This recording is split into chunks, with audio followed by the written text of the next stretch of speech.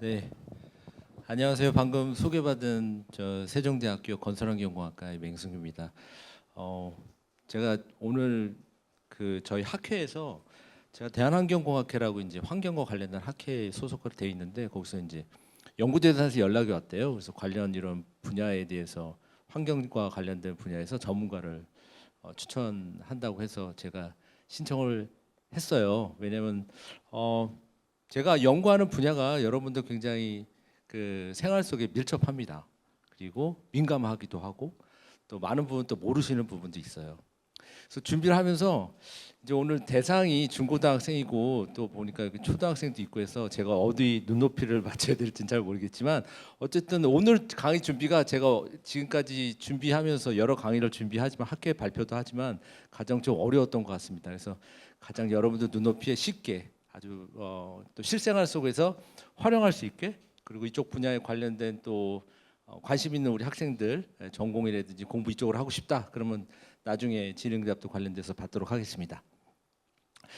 네, 제가 오늘 오면서 제 소개를 잠깐 할게요. 근데 여러분들 아마 아실 거예요. 토요 과학 강연에서 저도 저걸 받는 순간 난 큰일 났다. 왜냐면 아니 수돗물을 누가 어디 AI 반도체 뭐 이런 데랑 비교하기가 안 되잖아요. 트렌드도 안 맞고 그래서 야 이거 오늘 분명히 듣는 분들이 많지 않을 거다. 그래서 저희 두 딸도 같이 데리고 왔습니다. 그래서 자리에 좀 앉아라. 그래서 여기 두 명이 앉아 있고요. 근데 데리고 오길 잘한 것 같습니다.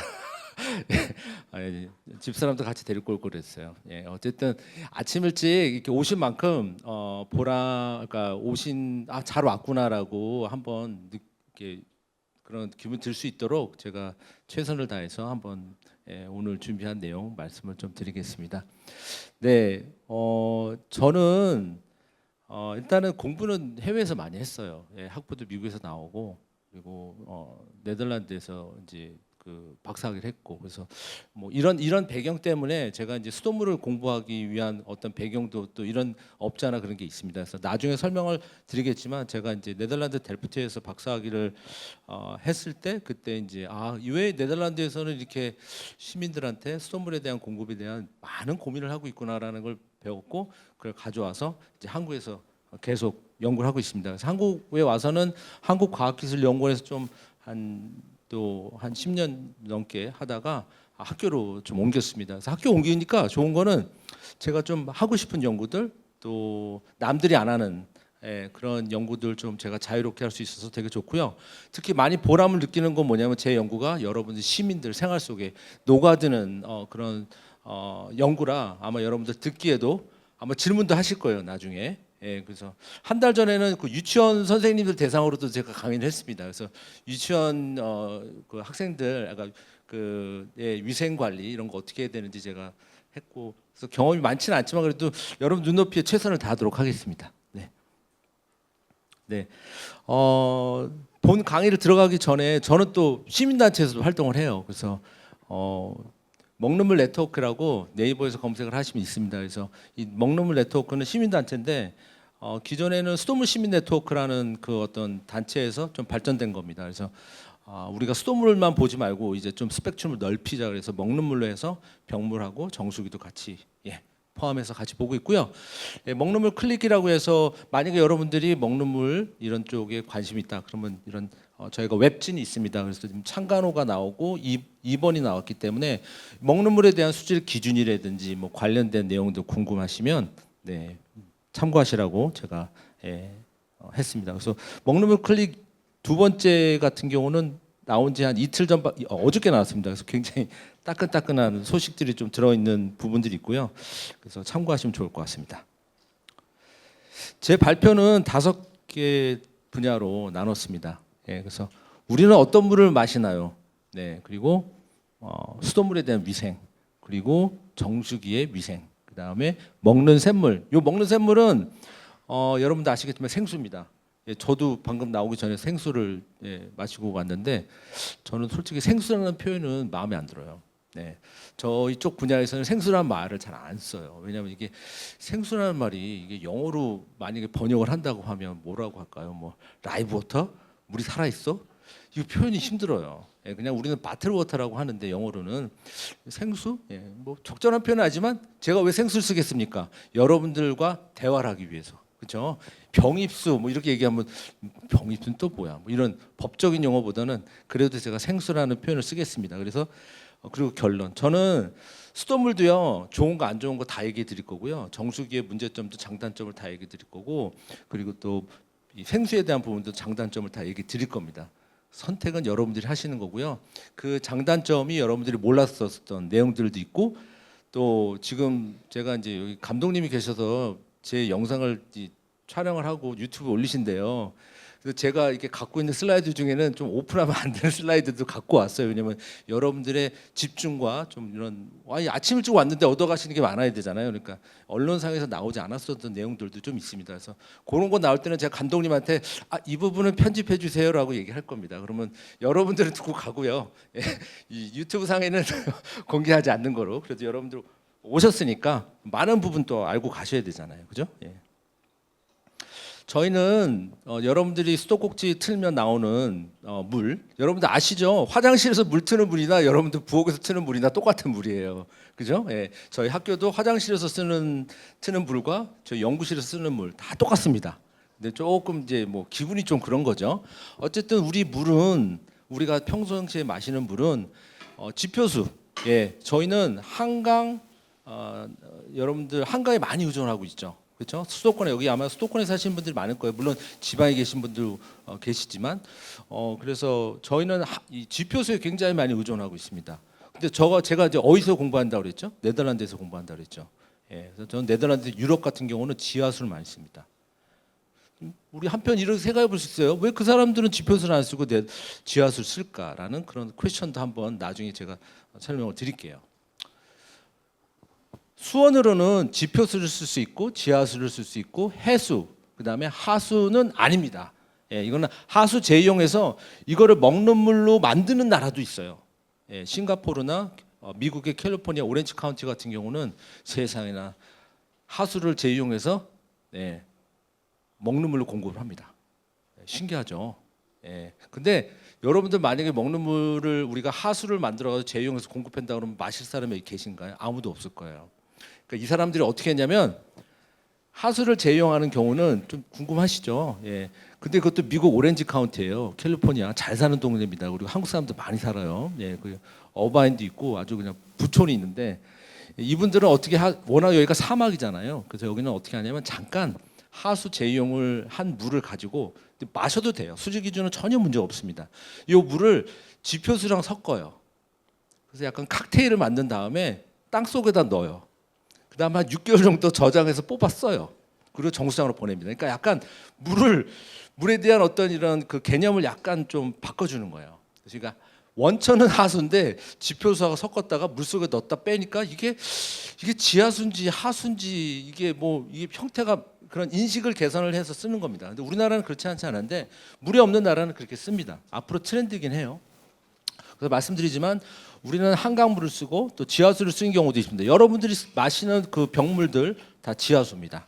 예. 그리고 해수를 쓰는 경우도 있는데 굳이 우리가 해수까지 쓸 필요는 없죠. 이게 해수담사 사업이라고 해서 짠물을 먹는 물로 바꾸는 그런 작업입니다. 오늘 제가 많이 얘기해 드릴 거는 바로 지표수하고 지하수. 지표수 중에서도 우리가 한강물을 갖고 와서 수돗물을 만들고 또 수돗물을 만든 걸 정수기물로 쓰고 그렇죠? 그 다음에 먹는 샘물 우리가 생수라는 거 이렇게 세 개로 나눌 거고요. 네 이제부터 함께하는 강연입니다. 그래서 여러분들도 참여해 주셔야 돼요. 만약에 본인들 집에 정수기가 있다. 손 들으세요. 손 드세요. 네, 역시 정수기의 시장은 어마어마합니다. 네, 내리시고. 네, 그다음에 우리 집은 생수를 마신다. 정수기가 없고 생수 마신다. 예, 한 분, 두 분. 예, 복수도 돼요. 왜냐면 양쪽으로 다 마시는 경우도 있고. 나는 우리 집은 수돗물을 그냥 수도꼭지에서 틀어서 마신다. 없어요. 그죠? 예. 제가 왜 강연을 하는지 알겠죠? 네. 제가 수돗물 연구하는 사람입니다. 예. 이게 현실이에요. 여러분들 이게 현실입니다. 예. 그러면 우리가 과연 환경부는 항상 뭐라고 하죠? 수돗물은 안전하고 먹는 물이라고 공급을 하죠. 근데 시민들과의 어떤 큰 괴리가 있습니다. 차이가 너무 나요, 그죠? 네, 환경부는 수돗물. 그래서 환경부가 2년 전부터 여러분들 환경부는 아시겠지만 우리나라에 먹는 물, 폐기물, 공기, 오염 이런 것들을 다 관리하고 규제하는 부처입니다. 그래서 환경부에서 2년마다 실태 조사를 해요. 예, 그래서 우리나라 먹는 물 실태 조사를 해서 우리나라 대한민국 시민들은 어떤 물을 마시는지 하고 조사를 하는데 여러분들 주위에 아까 봤잖아요. 그죠? 대부분 다 정수기가 있는 것 같아요. 그죠? 예, 근데 조사를 해봤더니 이건 복수로 할 수 있습니다. 그래서 뭐라 했냐면 예를 들어서 집에서 물을 마실 때 물의 종류를 중복해서 그러니까 나는 수돗물도 마시고 이제 뭐 수돗물을 마시는데 끓여서도 먹고 차로도 마신다. 이게 37.9%입니다. 그러니까 수돗물을 끓이거나 직접 음용하는 그래서 끓여서 포함이에요. 왜 끓여서 포함을 했을까요? 끓여서 포함을 안 하면 이 수치가 어마어마하게 내려갑니다. 한 1% 거의 마시는 사람이 없어요. 거의 마시는 사람이 그렇죠. 직접 운영하는 사람이 그렇게 많지는 않습니다. 뭐 나중에 물어보겠죠. 교수님 그러면 교수님 직접 드세요? 뭐 이런 식으로 분명히 물어볼 거예요. 그래서 끓여서 포함했던 37%, 그다음에 정수기를 설치해서 먹는다가 한 53.6%, 그다음에 생수를 드시는 분이 34%. 오늘 오신 분들은 좀 생수 드시는 분들은 별로 없는 것 같아요. 왜일까요? 여러분들은 대부분 가정 이런 그룹들로 돼 있고 생수를 드시는 분들의 또 패턴은 혼자 살거나 또 이렇게 젊은 층 그런 사람들이 생수를 많이 먹습니다. 근데 차나 커피를 마실 때는 이게 이제 아래가 이제 놀라운 사실입니다. 저한테는 저는 다 이해해요, 위는. 근데 아래는 좀 이해를 못하는 게 차나 커피를 마실 때 47.5%가 그리고 밥이나 음식을 할 때 66%가 수돗물을 쓴대요. 그 얘기는 뭐야? 나머지 분들은 정수기를 쓰거나 아니면 샘물을 가지고 음식을 조리한다는 거예요. 어떤 분들은 아기를 씻을 때 병물이나 정수기도 쓰신다는 분이 있더라고요. 그만큼 민감한 분들이 있어요. 뭐 아토피가 있다고 하면 저는 이해합니다. 근데 어쨌든 그렇게 물에 민감해하시는 분들이 있어요. 근데 아래는 제가 나중에 말씀을 드리겠습니다. 그리고 그래서 조사를 해서 표를 이렇게 만들었어요. 환경부에서 이렇게 표를 만들고 아까도 말씀드렸듯이 질문을 한 굉장히 많아요. 근데 오늘은 여러분들한테 이해하기 쉬운 질문들 한 4가지만 하고 저희 단체에서 조사했던 결과. 그래서 제가 첫 번째 지금 강의하는 내용은 우리의 먹는 물에 대한 패턴을 우리가 조금 알고 그다음에 수돗물과 그다음에 정수기 물하고 샘물에 대해서 여러분들한테 진심과 오해를 말씀을 드리겠습니다. 그래서 근데 대단한 건 뭐냐면 우리가 음용하는 율에 비해서는 우리가 잘 안 마시긴 하는데 그거에 비하면 보다 수돗물에 대한 만족도가 굉장히 높아요.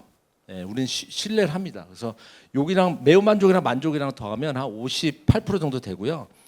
그리고 수돗물에 대한 관심, 수돗물에 대한 생각 중에는 제일 많이 관심을 가진 편리하다. 그 다음에 경제적이다. 수질을 믿을 수 있다. 환경에 도움이 된다. 뭐 건강에 도움이 된다. 이런 식으로 되어 있습니다. 그래서 이거는 환경부가 실태 조사를 하는 겁니다. 2년에 한 번씩 굉장히 많은 연령층, 지역 이런 걸 나눠가지고 얘기를 했고요. 아까도 말씀드렸듯이 음용률에 대해서는 수돗물 음용률 같은 경우는 그대로 먹거나 끓여서 먹는 부분이 53%, 그 다음에 정수기를 설치하는 게 37.9%, 그 다음에 먹는 샘물 34.3%. 약간 괴리감이 있는 것 같아요. 여러분들 아까 손들었던 그 분들하고는 확실히 우리나라가 정수기를 굉장히 많이 사용하고 물론 그 이제 가정의 어떤 구성의 패턴이 따르죠. 그리고 아까도 말씀드렸지만 차나 커피를 마실 때도 많은 분들이 한 50%가 수돗물을 쓰고 50%는 안 쓰시더라고요. 이런 것들은 조금 이제 아쉬운 부분입니다. 그거는 이제 제가 설명을 드릴게요. 저희 단체에서 제가 이렇게 이런 발표 자료 이렇게 준비하는 거 별로 진짜 안 좋아하는데 제가 있던 자료들을 시간이 없다 보니까 이렇게 좀 자료를 했습니다. 나중에는 좀 그림으로 많이 설명해 드릴게요. Z세대라는 여러분 잘파 세대라는 거 제가 여러분들 아마 들어보셨을 겁니다. 그래서 Z세대가 한 90년대 중반부터 2009년 출생, 그다음에 그게 한 15살, 25살, 그다음에 알파 세대. 요거를 그 섞은 텀을 잘파 세대라고 하는데 우리의 미래죠. 우리 세대의 미래. 그러니까 저는 궁금했던 게 뭐냐면 우리 젊은 사람들, 우리 미래 지금 우리 학생들이 우리의 수돗물과 먹는 물 형태가 굉장히 궁금했어요. 그래서 이 학생들한테 우리가 조사를 한 1,000명 정도 우리가 조사를 해봤더니 환경부 실태 조사하고 우리하고 얼마나 차이가 있는지 그랬더니 확실히 정수기가 정부 전반적으로 가장 많이 집에서 먹는 물 아까도 우리 손 들었듯이 그런 패턴입니다. 특히 중고생하고 부모 동거자 사이에서 선호도가 높다는 걸 좀 알고 있었고요. 먹는 샘물 저 생수죠. 생수 같은 경우는 아까도 보시면 한 분, 두 분 이렇게 많지는 않았습니다. 그 보면 직장인하고 비동거자들 사이에 주로 선택을 했습니다. 그래서 환경부랑 우리가 국가에서 좀 조사했었던 거에 비하면 우리 1020 잘파 세대하고 해서는 굉장히 좀 큰 차이가 있다라는 거. 그래서 이런 것들을 이제 부처에서 좀 알면 좋죠. 국가에서. 그래서 이런 것들을 저희가 외부로 발표도 하고 막 그랬습니다. 그리고 집에서 먹는 물을 선택할 때 제일 중요한 걸 보는 게 사용이 편리해서. 근데 제가 이거를 확실히 제가 그 느낌이 왔던 게 제가 우리 학생한테 야, 너 정수기를 왜그 이제 수업을 듣는 애들한테 우리 실험도 하고 그러니까 왜 먹니 그러니까 편리하대요. 그래서 왜 편리하냐니까 얘는 음식을 조리할 때 정확하게 음식을 만들 때 그 조리 양을 정수기는 알려준다는 거예요. 뭐 150ml, 200ml 라면 끓일 때 400ml. 그래서 너무 편하고 또 뭐 그런 제가 생각지 못했던 면도 있더라고요. 그래서 그걸 보면서 저도 고개를 끄덕끄덕했습니다. 그리고 안전에 대한 부분, 그다음에 비용에 대한 부분, 그다음에 물맛에 대한 부분에 우리가 집 안에서 우리가 물을 마실 때 그 선택을 한대요. 그리고 물을 그러니까 물을 먹는 이용자별, 그러니까 끓이지 않고 직접 드시는 수돗물을 끓이지 않고 먹는 물에 1,000명씩 6명이 있었는데 이분들은 경제적이니까 그렇죠. 돈 안 드니까 직접 드시는 거죠. 그리고 끓인 수돗물이 한 88명이 들었는데 이것도 경제적이니까. 그리고 정수기물 같은 경우 벌써 나오죠. 69% 편리해서. 그리고 먹는 샘물도 52점 편리해서. 저도 수돗물에 대한 신뢰가 있는 사람인데 아침에 일어나서 언제 냉장고 열어가지고 물을 그 전날 넣어놓고 차가운 물을 마시겠습니까? 정수기 물 틀면 바로 또 차가운 물이 나오긴 하죠. 그래서 그런 부분들이 있어요.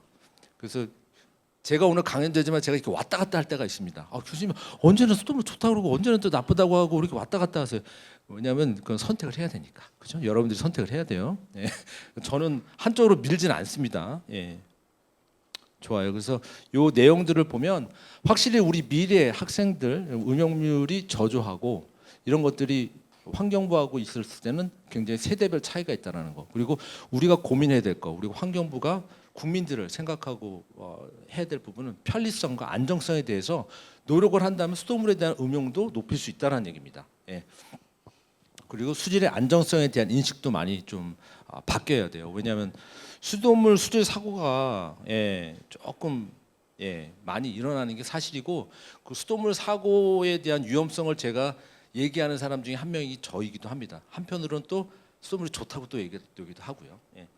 제가 수돗물은 어떻게 공급하냐, 제가 이거를 준비한 거는 혹시라도 제가 강연이 1시간이 안 되면 이걸 좀 설명을 해드려서 우리 집에 도착하는 수돗물은 어떻게 공급이 되는지 한번 설명을 드리려고 했는데 조금 따분할 수도 있어요. 그래서 금방 지나가도록 하겠습니다. 우리는 한강에서 물을 갖고 와서 정수장이라는 곳이 있습니다. 그래서 저는 남양주 다산에 살고 있어요. 근데 남양주 다산에 살고 있지만 실질적으로 저는 서울 물을 먹습니다. 강북 정수장 물을 먹고 서울 경기는 물을 약간 좀 이렇게 서로 나누는 경우가 있습니다. 그래서 서울에 있는 정수장인데 경기도에 위치하고 있어요. 특히 이제 강북 정수장 같은 경우도 위치로 보면 경기도에 있습니다. 어쨌든 물이 도착을 하면 여기다가 약품을 써서 우리가 보이지 않는 작은 알갱이들을 제거한 다음에 그런 것들을 섞어서 침전하고 여과해서 오존이나 활성탄 처리해서 여러분들한테 염소를 넣고 공급을 합니다. 이 앞에 부분은 다 생략을 하더라도 이 끝 부분은 조금 생각을 해주셔야 됩니다. 염소를 넣는다. 언제? 맨 마지막 단에. 그리고 여러분들 집으로 보내요. 그래서 여러분들 수도꼭지 틀면 아마 정수장이나 가깝게 사시는 분들은 염소 냄새가 난다고 하실 겁니다. 그렇게 되면 안 마신다는 부분도 굉장히 많으세요. 왜냐하면 수돗물에 냄새가 난다. 염소 냄새 난다. 그래서 근데 정수기에서 냄새가 안 나죠. 그것도 신기해요, 그렇죠? 그러니까 정수기 역할은 뭐다? 수돗물에 있는 염소를 제거한다. 예, 그건 잊지 마십시오. 왜냐면 나중에 제가 설명을 또 드려야 되니까. 그래서 염소 투입을 하는데 이 염소가 넣어주는 이유는 뭐냐면 수돗물이 여러분들 집까지 갈 때, 여러분들 수도꼭지 같이 갈 때, 미생물들아, 너네들은 여기서 절대 성장하면 안 된다. 그렇기 때문에 살균을 주는 겁니다. 미생물들을 성장하지 못하게 안전하게 위해서 넣어주는 거예요. 아시겠죠? 그래서 제가 왜 염소 투입을 다른 거에 비해서 조금 더 강조하는지 보시고요. 이 설명에 대해서는 제가 나중에 시간이 되면 좀 설명을 드리고 그냥 우리나라에서 먹는 물을 취수해서 약품을 이용해서 작은 물질들을 크게 만든 다음에 침전했다가 모래로 여과해서 오존을 치고 그 다음에 활성탄을 합니다. 오존 같은 경우는 만냄새를 제거하기 위해서 한 겁니다. 그래서 오존 처리도 하고요. 여기 활성탄은 여러분들 정수기 안에 있는 활성탄하고 똑같습니다. 여러분들 뭐 코웨이나 LG, 삼성 뭐 대기업들 이런 브랜드들을 많이 쓰실 거예요. 그 안에 보면 필터가 있고 활성탄이 있습니다. 그래서 동일한 활성탄을 쓰고 있고요. 그래서 이렇게 해서 여러분들 가정에 공급을 하고 있죠. 네, 빨리 가야 되겠습니다. 보니까 금방 내용이 많은데 이게 좀 그렇죠. 이게 그 수돗물의 안정성에 대한 문제가 그 인천의 그 2019년에 인천 적수 사고라는 게 있었어요. 그래서 인천에 계신 분들은 아마 아실 겁니다. 물 틀면 빨간 물이 나와가지고 사고가 한번 났습니다. 그리고 그 당시 때 영등포에서도 물 틀면 빨간 물이 나오는. 그래서 이건 인재였어요. 왜냐하면 정수장에서 여기서 이렇게 한 방향으로 물을 보냈으니까 이 안에 있는 배관이 이렇게 한 방향으로 이렇게 돼 있으니까 결이 이쪽으로 돼 있었는데 안쪽에 이 붙어 있는 뭐 생물막이라든지 이런 퇴적물들이 이게다가 반대 방향으로 이제 보냈어요. 이 세척을 하기 위해서 반대 방향을 보냈는데 그게 이제 수돗물로 공급이 된 겁니다. 그래서 난리가 나서 뒤집어졌습니다. 그래서 저때 이제 이슈가 좀 됐었고요. 그래서 인천에서는 굉장히 그 수도꼭지 샤워기 필터를 쓰시는 분들이 굉장히 많아요. 혹시 집에 샤워기 필터 쓰시는 분 계신가요? 수도꼭지 필터? 아니 뭐 드세요. 네, 뭐 충분히. 의외로 많네요. 네. 예, 이 수도꼭지 필터 회사는 이 수돗물 인천 사태에 굉장히 고마워해야 합니다. 왜냐하면 이 사고로 인해서 수돗물 필터 굉장히 많이 쓰게 됐어요. 그래서 여러분들 깔다고 이제는 수돗물에서 유충도 나오는구나라는 소식 들은 분, 이게 유충 나와서 이렇게 막 지렁이가 조그만 게 나온다라는 거 들으셨어요? 들어본 적 있으시죠? 그게 어디서 나왔냐면 인천에 있는 공천정수장에서 나왔습니다. 왜 나왔을까요? 인천에 계신 분들은 이 붉은 수돗물 사용하고 나서 가정집에 다 수도꼭지 필터를 많이 다셨어요. 대한민국의 수도꼭지 필터가 제일 많은 데가 인천이에요. 인천에는 뭐다? 각자 집에 모니터링 스테이션이 있는 거예요. 모니터링. 그래서 봤더니 이 하얀 배경에 이상한 게 있는 거예요. 평소는 이게 보이지도 않지, 왜냐면 저걸 안 달았으니까. 근데 이게 엄청나게 많이 그 시민들이 갖고 있으니까 그 안에 이상한 것들이 생긴 거예요. 그래서 인천에서 맨 처음에 저 유충 사고 나고 깔따구 사고도 유충에서 나왔던 게 뭐냐면 적수 사고로 인해서 많은 분들이 필터를 달고 있기 때문에. 그 얘기 뭐냐면 그럼 서울시도 저런 문제가 있지 않겠느냐? 아니에요. 지금 많이 좋아졌고요. 서울시는 그런 문제는 없고 인천이 그때 한때 그랬습니다. 관리가 좀 안 됐었어요. 그래서 너무 또 제가 저 유튜브 이거 하고 있는데 또 없는 너무 또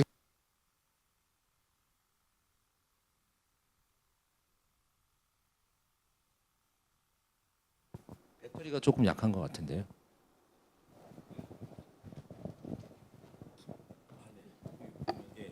예. 그리고 여러분들도 아마 학교에서 음수대라고 이제 수돗물을 공급해서 마실 수 있는 그런 게 있죠. 그래서 그 부모님들 중에 서울 송파구에 사시는 분 중에 어떤 기사를 제가 가져왔는데 아이들이 학교를 가고 나니까 물을 다 싸들고 다녀야 된대요. 학교에는 이제 유치원 때는 괜찮은데 학교 갔더니 정수기가 없대요. 그리고 급수기가 있어서 남학생들만 가져온 물을 먹고 입학 때부터 물을 싸두고던 버릇이 있어서 급수기로 이게 물 마실 생각은 하지도 않는다. 그러니까 뭐냐면 역시 젊은 세대들은 급수기에 대한 부분 그리고 물을 정수기에서만 먹는 이 물을 마시다 보니까 그런 트렌드 그리고 초등학생 아들이 학교에 정수기가 없다면 물병에 물을 싸달라고 해서 정수기가 있던 유치원 시절이 좋았다라는 얘기가 있습니다. 그래서 학교에서 쓰셨던 그 필터인데 이렇게 좀 적색으로 변하죠. 그죠? 예, 그래서 이게 뭐냐? 그리고 또 저한테 물어보시죠. 이게 패턴이 적색이면 철이고요. 까망이면 망간입니다. 그래서 적색은 배관에서 나오는 부식에 대한 부분이고 이 까맣게 나오는 거는 원수에서 그러니까 한강에서 유입될 때 망간이 들어오면서 예, 그래서 유해한 그런 부분들은 크게 뭐 유해성은 있는 건 아닌데 만약에 집이 만약에 오래된 아파트다 그러면 쓰시는 게 뭐 나쁘지는 않습니다. 그렇지만 뭐 예.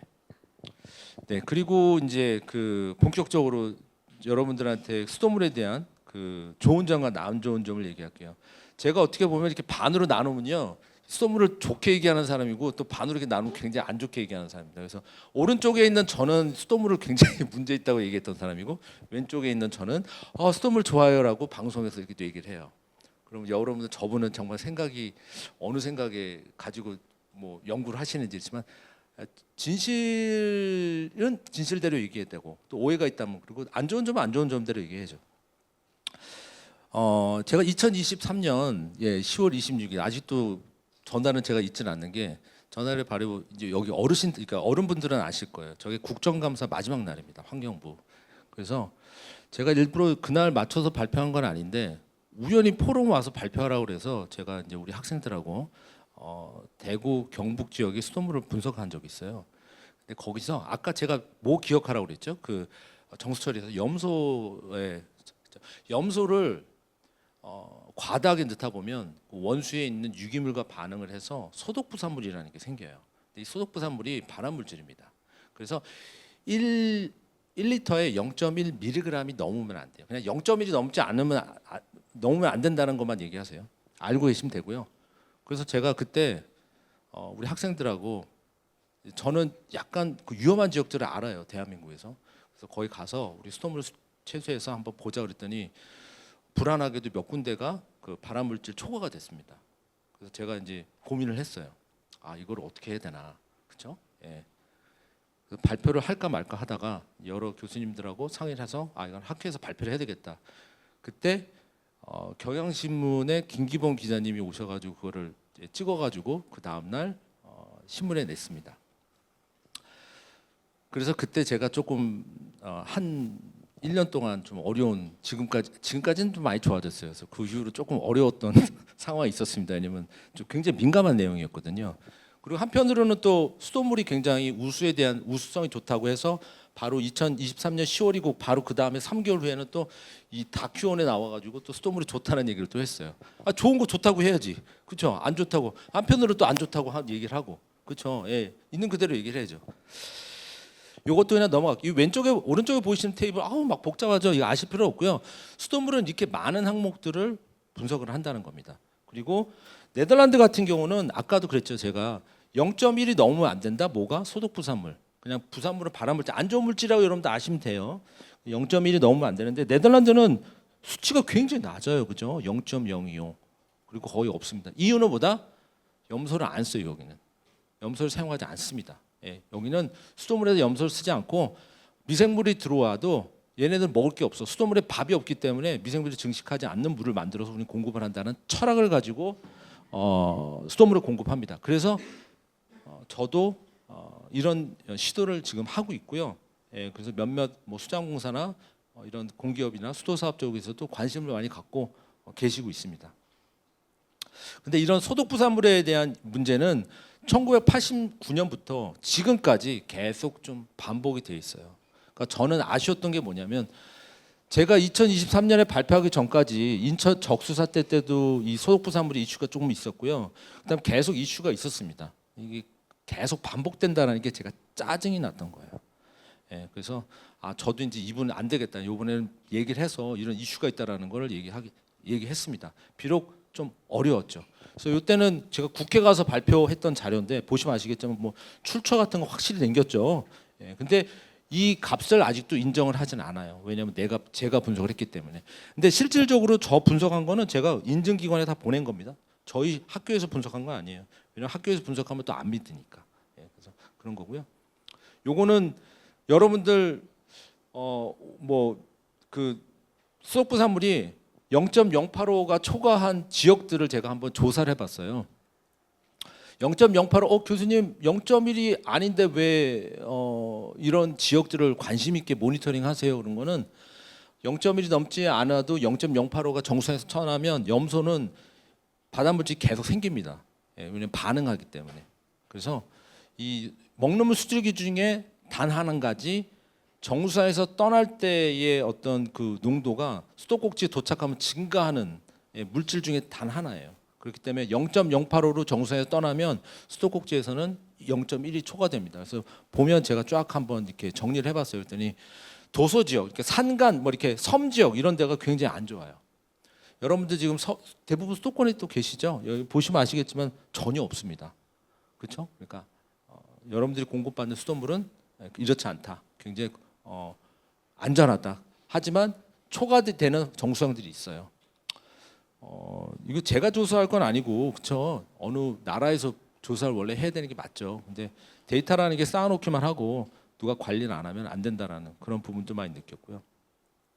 그러면 제가 이제 좀 좋은 얘기도 하겠습니다. 수돗물에 대한 여러분들 이제 그 수돗물과 비교해서 잘 하는 게 뭐냐면 이 병물입니다. 보이시는 병물. 이거 병물이 전자레인지 돌리면 뭐 21억 개의 나노플라스틱이 나오고 그리고 또 이걸 얼렸다가 이거 얼리시는 거 안 좋아요. 얼렸다가 이 해동해서 들으시면 여기가 이게 늘려놨다가 줄어들기 때문에 거기서 또 미세 플라스틱이 또 나옵니다. 거의 나노플라스틱 수준으로. 그래서 얼리지 말고 사용하라는 그런 얘기들이 있어요. 근데 우리 오늘같이 여름에 더운 날에는 어떻게 얼려야죠, 그죠? 예. 근데 저도 이런 강연을 이렇게 하다 보면 교수님 뭐 그럼 도대체 뭘 마시라는 거예요? 이제 정수기까지 나오면 맛있 게 없다. 예. 그렇지만 여러분들 알고 계시라는 얘기예요. 유명 브랜드 생수 비교를 했는데 이 안에 여러분들이 에비앙이라는 얘기도 있고 여러 가지 브랜드들이 있습니다. 그리고 Y축은 미세 플라스틱 개수예요. 그냥 이 막대기 저 개수를 생각하지 마시고요. 그냥 수치는 생각하지 마시고 몇 개 브랜드는 굉장히 미세 플라스틱이 많다라는 얘기입니다. 예를 들어 네슬 같은 경우나 그렇고 여러분들 아마 좀 익숙한 게 에비앙일 거예요. 그죠? 예, 그래서 이렇게 편차가 있다라는 거. 여기서 여러분들한테 알려드려야 될 건 뭐냐면 브랜드마다 수질이 다르다는 겁니다. 예, 미세 플라스틱 양도 다르잖아요.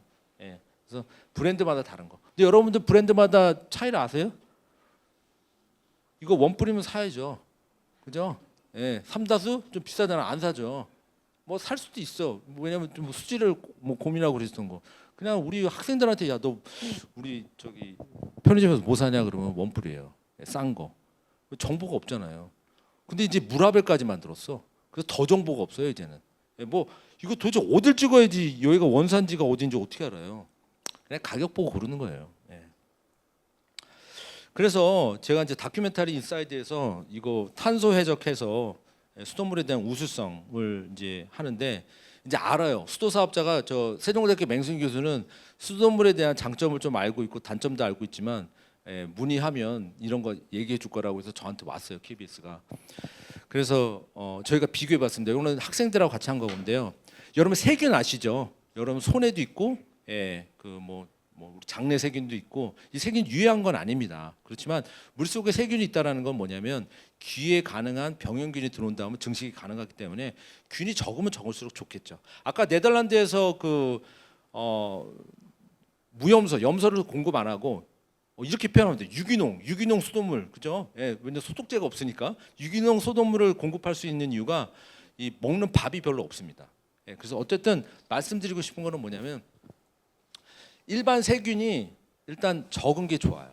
그리고 먹는 물에는 1ml에 100 CF라서 100마리가 넘으면 안 됩니다. 쉽게 여러분들한테 설명을 해보면 군집이라고 하는데 어쨌든 근데 제가 분석을 해봤더니 가정물 수돗물, 그다음에 다중이 시설 수돗물, 그다음에 생수, 그리고 아래로 내려갈수록 정수기. 이게 뭐냐? 수돗물이 일반 세균이 제일 적어요. 그리고 정수기에서 제일 많이 나옵니다. 그것도 제가 일부러 다중시설 정수기를 했습니다. 예. 직수 정수기는 안 했어요. 직수 정수기 얘기하면 또 약간 또 기업들하고 또 부닥칠 것 같아가지고 예. 어쨌든 문제가 있는 게 위생에 대한 문제점이 굉장히 심해요. 보시면 아시겠지만 수돗물에서 검출이 안 되는데 그리고 브랜드마다 또 달라요. 또 병물도 먹는 물 수질 기준을 초과하는 경우가 있습니다. 이게 1ml당 453이거든요. 이게 100 이하로 나와야 돼요. 예. 근데 일반 세균 그래서 저희가 이거 실험하다 보면 우리 학생들의 인식이 바뀌어요. 뭐가 바뀌냐? 수돗물이 위생적으로는 훨씬 더 안전하다라는 거. 그렇죠? 예. 그렇지만 제가 무조건 여러분들한테 수돗물 좋아요, 수돗물 드세요. 이건 아니에요. 왜냐하면 저는 나쁜 점도 얘기하잖아요. 그 나쁜 점이 뭐다?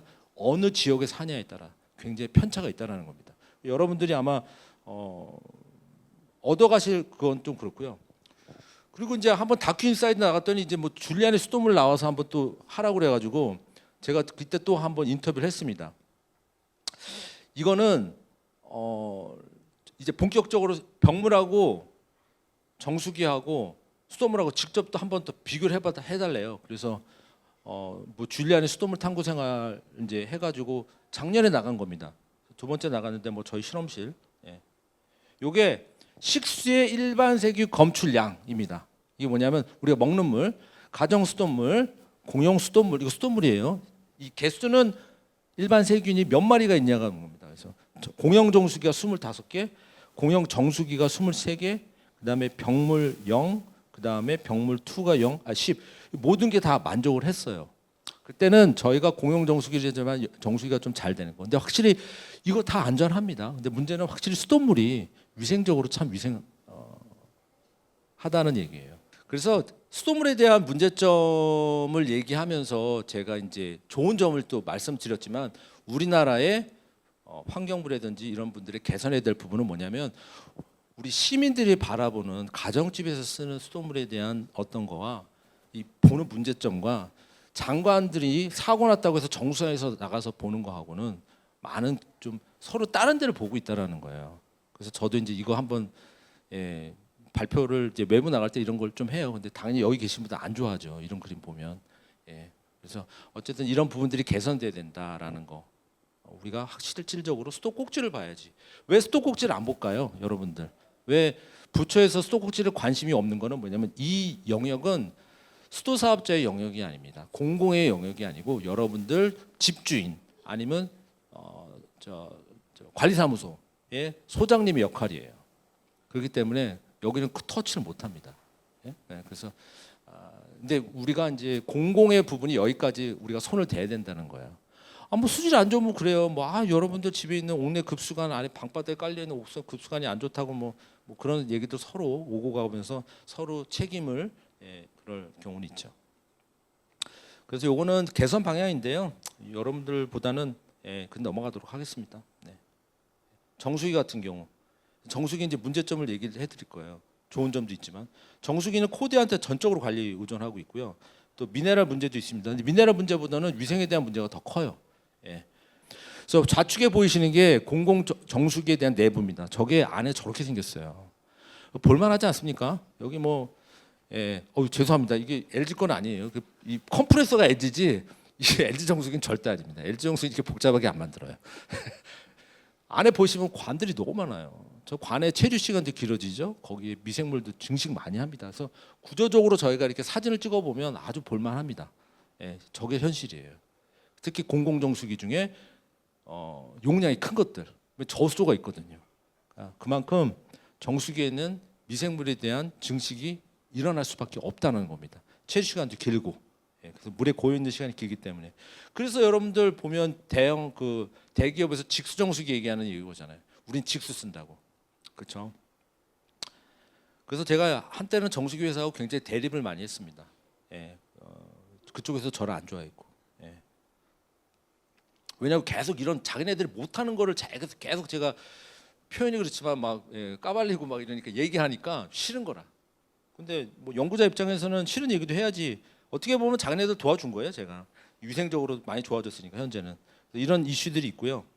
제가 이 시장의 그 끝은 이거였습니다. BTS가 코웨이 정수기를 선전하는 순간 이제는 싸우면 안 된다. 함께 가자. We go together야 이거는.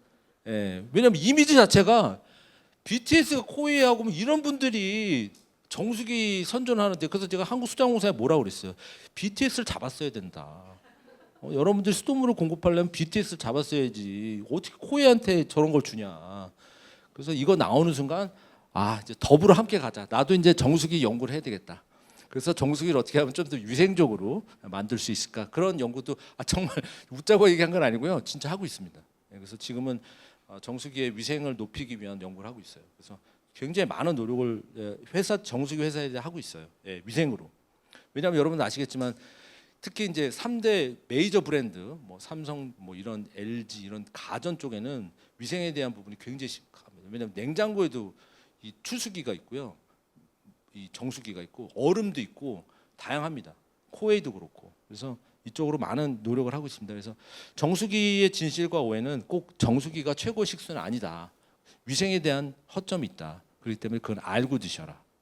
그렇겠죠? 예, 그래서 그런 부분들이고 이런 부분들은 제가 많이 얘기 안 하겠습니다. 저는 1시간을 어떻게 얘기하나 했더니 벌써 50분이 됐네요. 빨리 넘어가야지 병물 얘기를 하죠.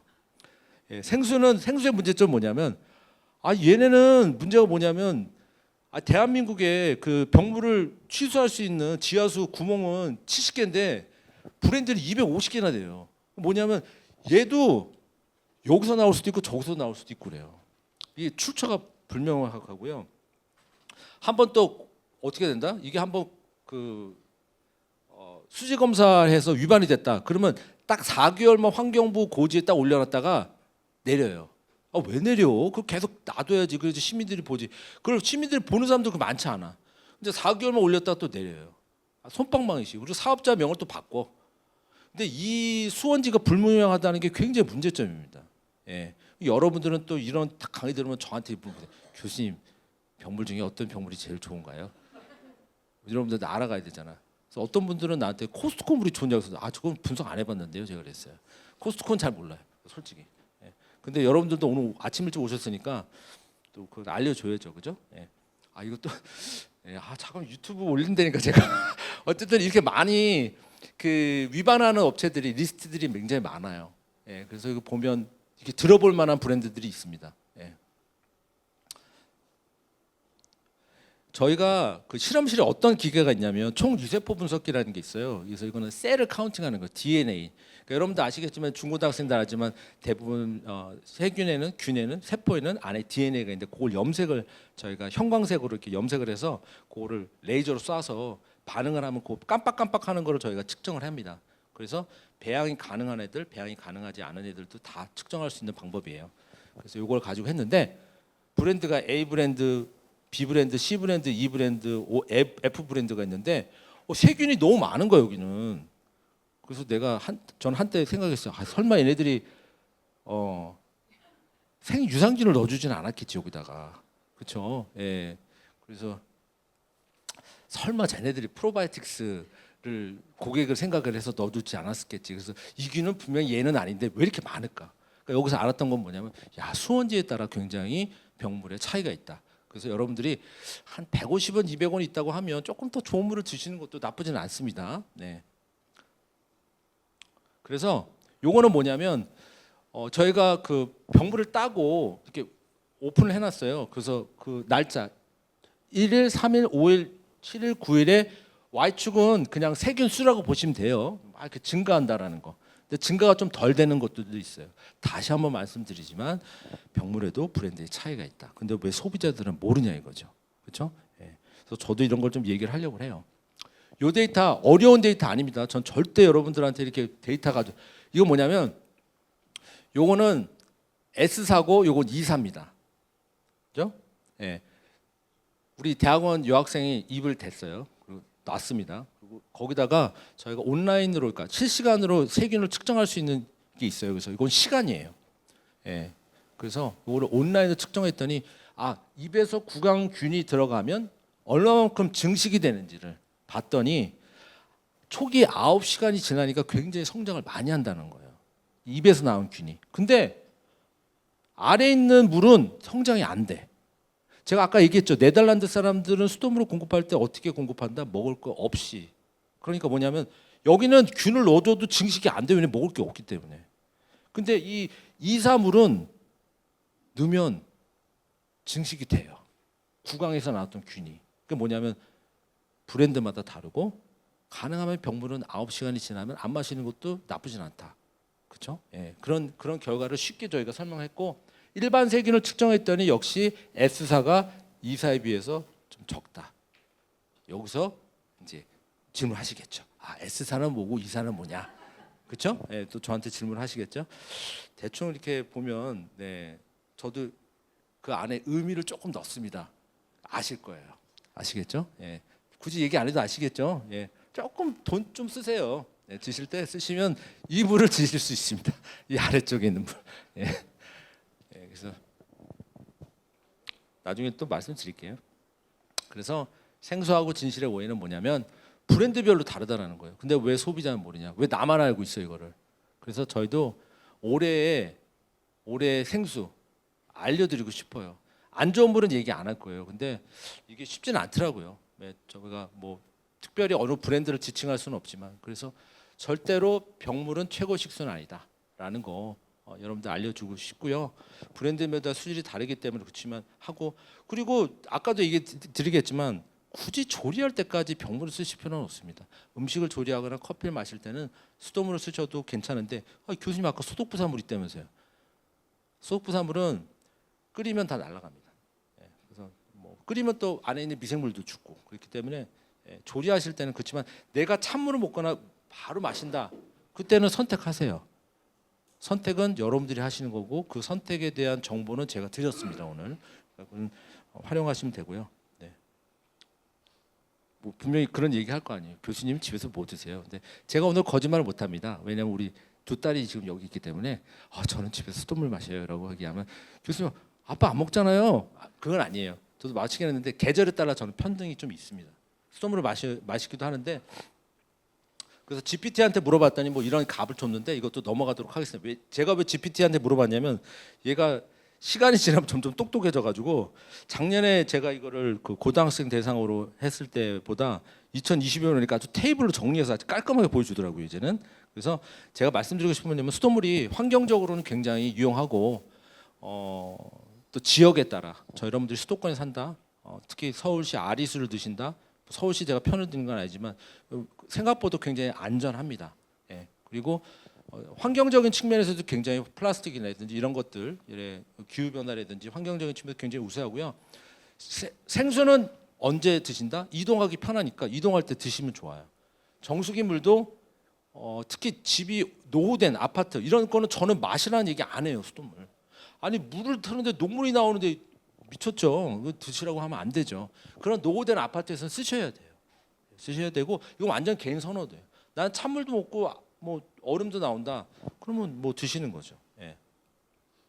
그래서 뭐 이런 부분이라서 뭐 컴퓨터 GPT도 하도 인터넷에서 긁어 모으는 이 인포메이션이 이 부처 이 정보들이 많아서 그런지 뭐 수돗물을 추천을 한대요. 그리고 뭐 수돗물 수질이 있는 지역에서는 정수기를 쓰고 캠핑 외출 한시적에서 먹는 샘물도 생수도 이용하지만 장기적으로는 부적절하다. 그래서 이런 세 가지의 패턴이 있고요. 여러분들이 이제 나한테 듣고 싶겠죠. 그럼 교수님 생각은 GPT의 생각과 비슷하느냐? 저는 정수기 물은 좀 가성비가 떨어진다고 생각을 해요. 운영자가 그 정수기를 관리를 못한다라는 게 굉장히 아쉬운 부분이고 코디가 와서 한다라는 거. 노후된 아파트라면 진짜 아까도 뭐 GPT가 얘기했듯이 쓰시는 게 맞아요. 병물은 브랜드별로 차이가 있습니다. 그리고 문제는 뭐냐면 얘 수원에 근처가 예를 들어서 축산이 있거나 이런 데가 있으면 이거 오염이 됩니다.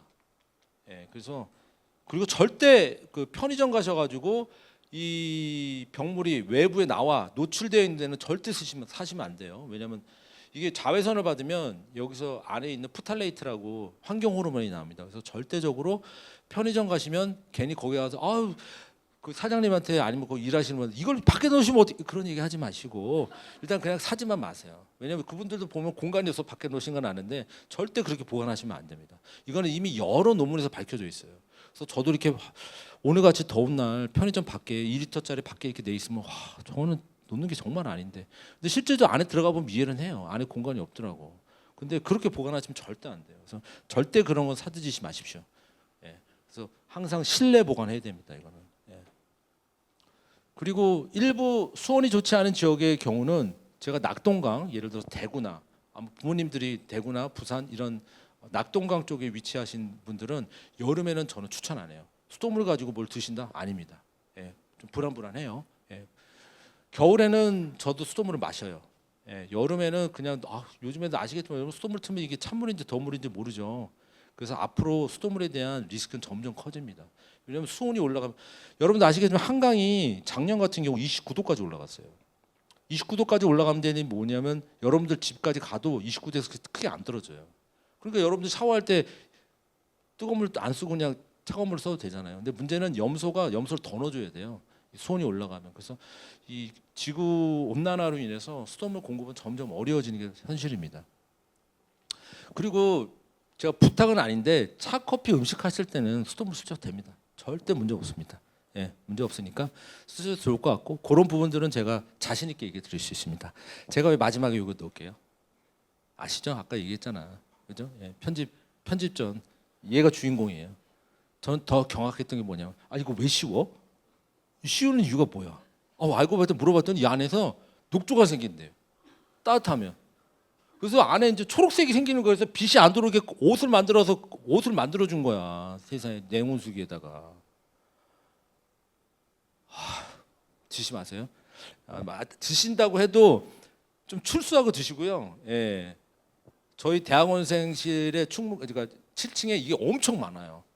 그래서 제가 한번 쫙 돌아서 한번 해줬더니 교수님 얘기하지 마세요. 저는 안 들을 거예요. 그러더라고. 그리고 마셔요, 그 친구는. 예. 뭐 크게 생활하는데 크게 불편함이 없으니까, 그죠? 예. 그래서 선택이에요. 예. 제가 전혀 강요하지 않습니다. 예.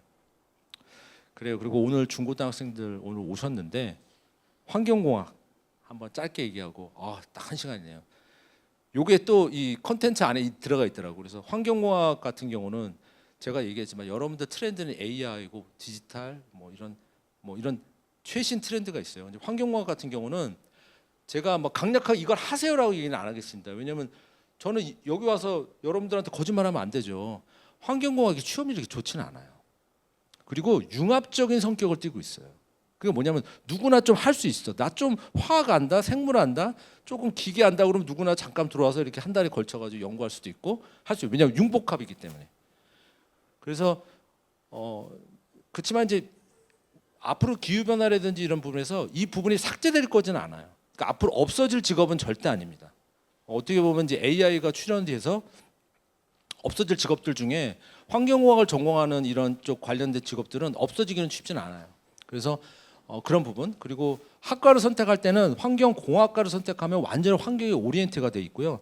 나는 환경하고 토목 쪽하고 많은 부분 이렇게 그 토목 쪽에 환경이 들어가 있습니다. 그래서 사회환경 시스템 같은 경우 건대, 그다음에 건설환경공학 같은 경우는 카이스트, 그다음에 건축사회환경 같은 경우 고대 이런 메이저급들이 보면 이렇게 토목하고 환경을 같이 아우르고 있습니다. 그래서 여러분들 환경 같은 경우 환경공학과에 올인할 수도 있지만 이렇게 차선책으로 환경과 어떤 건설 인프라에 대한 부분들도 같이 공부하시면 취업할 때 조금 더 유지할 수 있고요.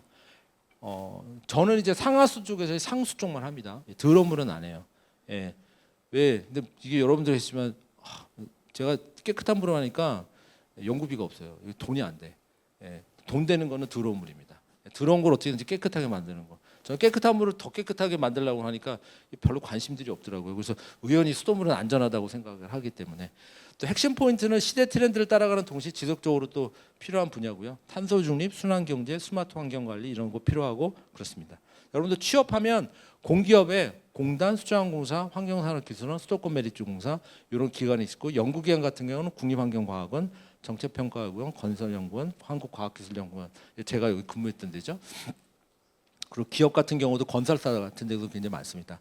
저희 환경공학의 미래는 환경보호와 개선 같은 경우는 단순한 직업이 아니고 여러분들이 보람을 느끼면서 지속가능한 미래를 만들어내는 그런 섹터 분야입니다. 그래서 저는 그 오늘 아주 작은 부분, 거기에 대한 이제 먹는 물, 왜냐하면 위생이거든요. 환경공학의 원천은요 원래 세니테이션 엔지니어링을 해서 위생부터 시작을 했었습니다. 위생에서 환경공학으로 간 겁니다. 그래서 여러분들 마지막으로 말씀을 드리고 제가 1시간을 말씀드리면서도 조금이나마 제가 여러분들이 관심 있고 실생활 속에서 좀 가져가실 수 있는 정보를 좀 넣어보려고 노력했는데 뭐 얘기하다 보니까 막 두서도 없는 것 같고 아침 일찍 와주셔서 제 1시간 강의를 들으셔서 너무 감사드리고 궁금한 거 있으면 질문해 주시면 감사하겠습니다. 네. 궁금한 뭐 내용 있으신가요? 먹는 물, 뭐 수돗물. 네.